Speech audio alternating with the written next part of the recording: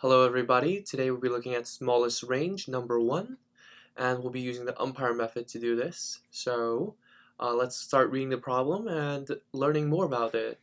So you are given an integer array, numbers, and an integer k, okay? So in one operation, you can choose any index I where 0 and where I is less than 0 or less than the num's length. Change nums I to nums I plus x, where x is the integer from the range -k to k. You can apply this operation at most once for each index I. The score of nums is the difference between the maximum and the minimum element in nums. Return the minimum score of nums after applying the mentioned operation at most once for each index in it. So let's see. Example 1. We have 1 and we have k equals 0. The output is 0 because the score of max nums and min nums is 1 minus 1, which is equal to 0. Okay. So let's check the second problem because we still don't understand what exactly this problem is all about. So in the second one, we see that nums is 0 and 10. And k equals 2. So change nums to be 2 and 8. The score is max nums minus min nums, 8 minus 2. So it looks like what we did here was we subtracted 2 from our nums here, and we added 2.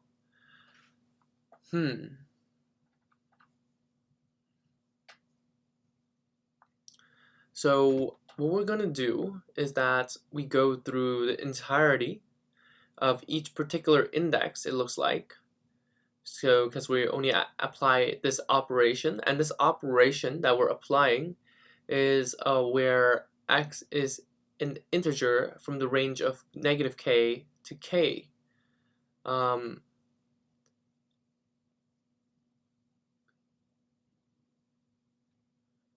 Yes. So we can change this value. A question I would have right now is that why can't we change this value to -k, which is -2, and change 10 to be +2, and we'll have a difference of 14. Here's what I mean. So what we have instead of 2 and 8 is that -2 and 12. And so we have, therefore, the output would be 14. If we have the max num minus the min num, which is 12 minus -14, which is, -2. Why wasn't that the case? Why wasn't that allowed? I'm not sure. So let's take a look at the next problem. So the output here, in this problem here, is that we have k equals 3, and so it changes all the numbers to be 4, 4, 4, and 4, giving us a total of 0. The reason here is that it looks like what happened here was that we changed all the numbers to be 4, and the smallest range is now 0. Oh, okay, interesting indeed. So we're trying to get the smallest range possible, and what happens is that we added 3 here and subtracted here to get to our closest number, 4. Oh, okay. This is interesting. And num's length is 1. Our number can be from 0 to 10 to the 4th, and our k is 0 to 10 to the 4th power, 10,000 basically. Interesting. Okay, so let's think about this problem a little bit more and try different items, match different ways of doing this problem. It doesn't look like it's too easy for me to do. It's definitely has a lot of thumbs downs and a few thumbs up. So let's learn a little bit more, because let's say the time and space complexity. Let's aim for O of n because it is an array problem. And space is let's just go with O of n to expand our range of possibilities first. And then we can try the O of like whatever 1 afterwards. So this is our understanding. I don't know if we understood too much, but I think we understand more than before after going through a few examples. The edge cases was here, where we have a single number. It's always going to return 0. It doesn't matter what k is. We can set k to anything. Yeah, so let's just go forward into our problem, and let's think about a match. Let's see, so a match would be, maybe let's try a hash. Maybe a hash, would that work? Help us in any way? So a hash would hash away these numbers and like give us a choice maybe. So like let's hash 0, 1, and 2. And then let's hash 8, well, yeah, 0, 1, and 2, 8, 9, 10, 11, 12. So that way we have that range of numbers, and we can grab the biggest and smallest from that particular range and get an equivalent number. So what would that look like for these 3 numbers? So we have 3, so we have 0 on this left side, and with 2, 3, and 4 on this right side. Then we have a 3 here, right? So we have a 3, so we have 0, 1, 2, 3, and we also have 4, 5, 6. So to make this, demarcate this properly, this is what we're looking at right now, right? And so I don't know how this is going to help us, but this is what we're looking at if we do this. 4, 5, and 6, 3, 4, and 5. Let's take a look at this and keep on going. 7, 8, and 9.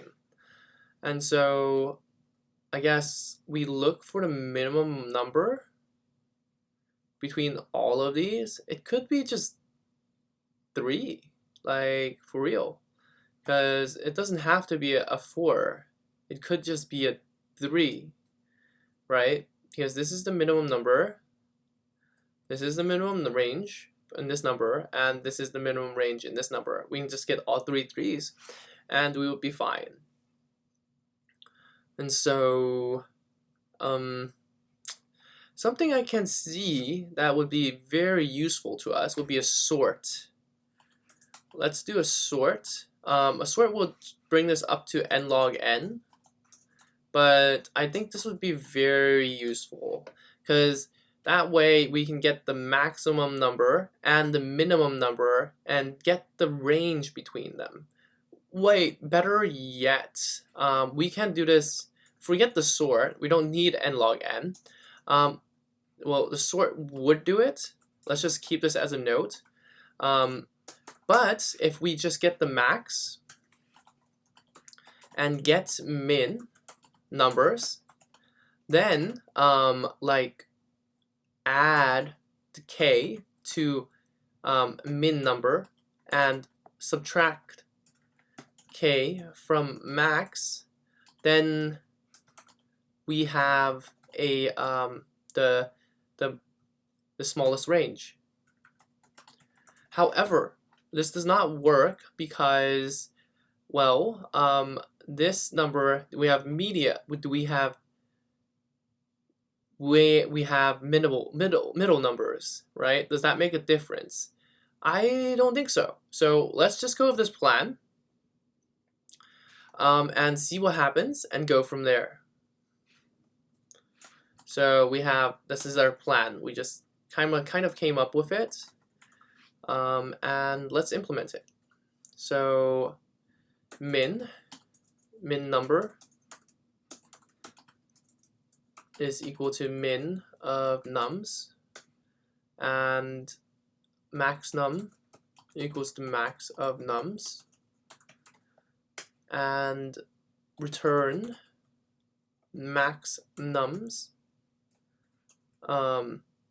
minus k,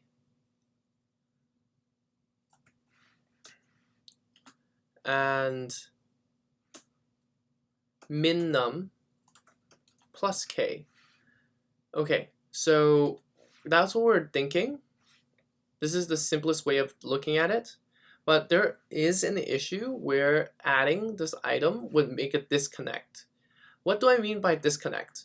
So what if we see like a 5 and a 7 and we have a k of 3, right?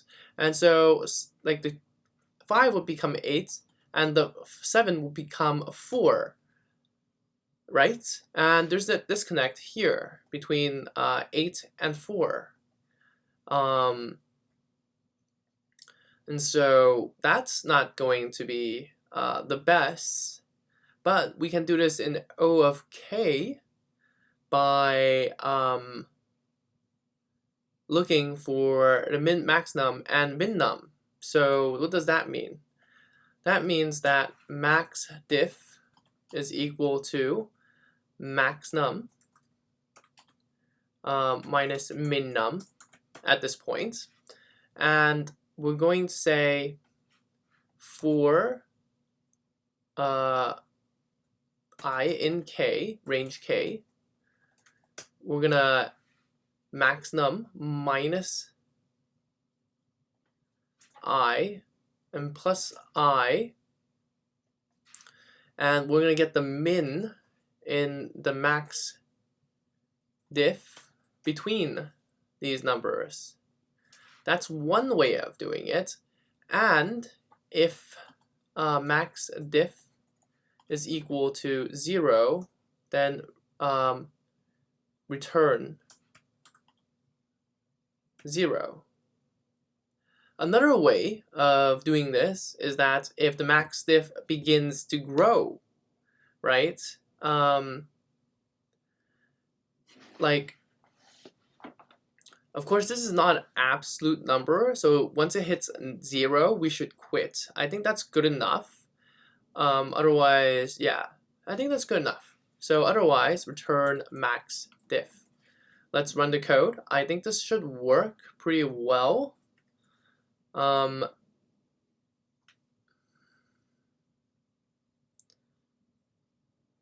we are looking good. Let's run the test cases. We're not looking so great anymore. So we have issues where we are not getting the next 2 test cases. I'm gonna have to do a little pause and come back to you. Alright there, so I'm back with debugging the code, and it was successful. I was successful in solving the problem. And I just changed these words from max diff to min diff. That was what we were trying to do, the minimum smallest range, the max minimum difference. And we made sure that to return 0. The problem was that we did not assign the min diff to the min earlier, and that's what we did. And if it ever is less than 0, that means it's time to just return 0. That means let's just turn it off. Other than that, it is pretty slow. Let me submit it once again. This is a pretty slow solution. It's running at 5%. So something I would do at this point is that I would think about like what is our runtime at this point, and I mean, well, basically we're doing evaluation and review. So let's do our evaluation. What exactly did we do?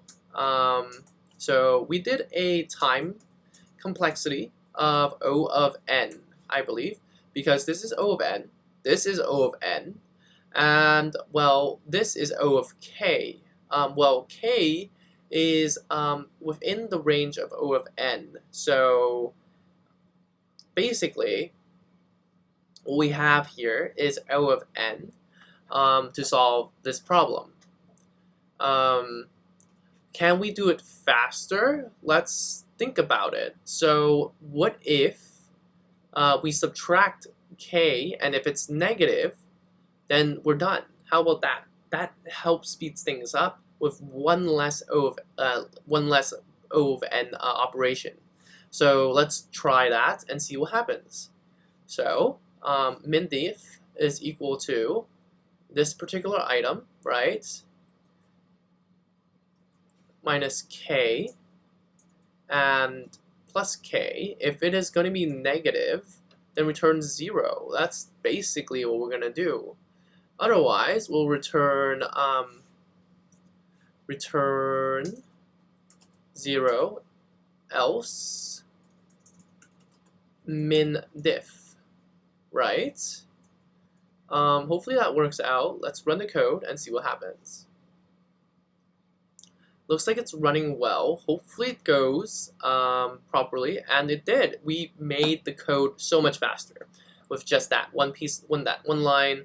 Another thing we could do is grab the min and max at one point in time, just go through one loop. That way we can bring down our O of n time to O of 1n instead of 2n. So let me pause the video and do that. Alright, so I updated code. Let's check it out. Let's see what happens. Hopefully it still works. And it does. And we have sped up the code some more. Oh my gosh. We have done it in O of n rather than O of like 3n or 2n. And you can see how the improvement in our code just now. So with that, we have sped up the code by quite a bit. We've cleaned up the code quite a bit, and we have solved it. And the space-time complexity, of course, is O of 1, which is pretty cool because we didn't need the hash. So with that, we have solved the problem, smallest range, number 1. I hope you enjoyed this video. If you would like to help improve the code and share what you learned, please comment below, and I will see you in the next video. Like and subscribe. See you in the next one. Bye.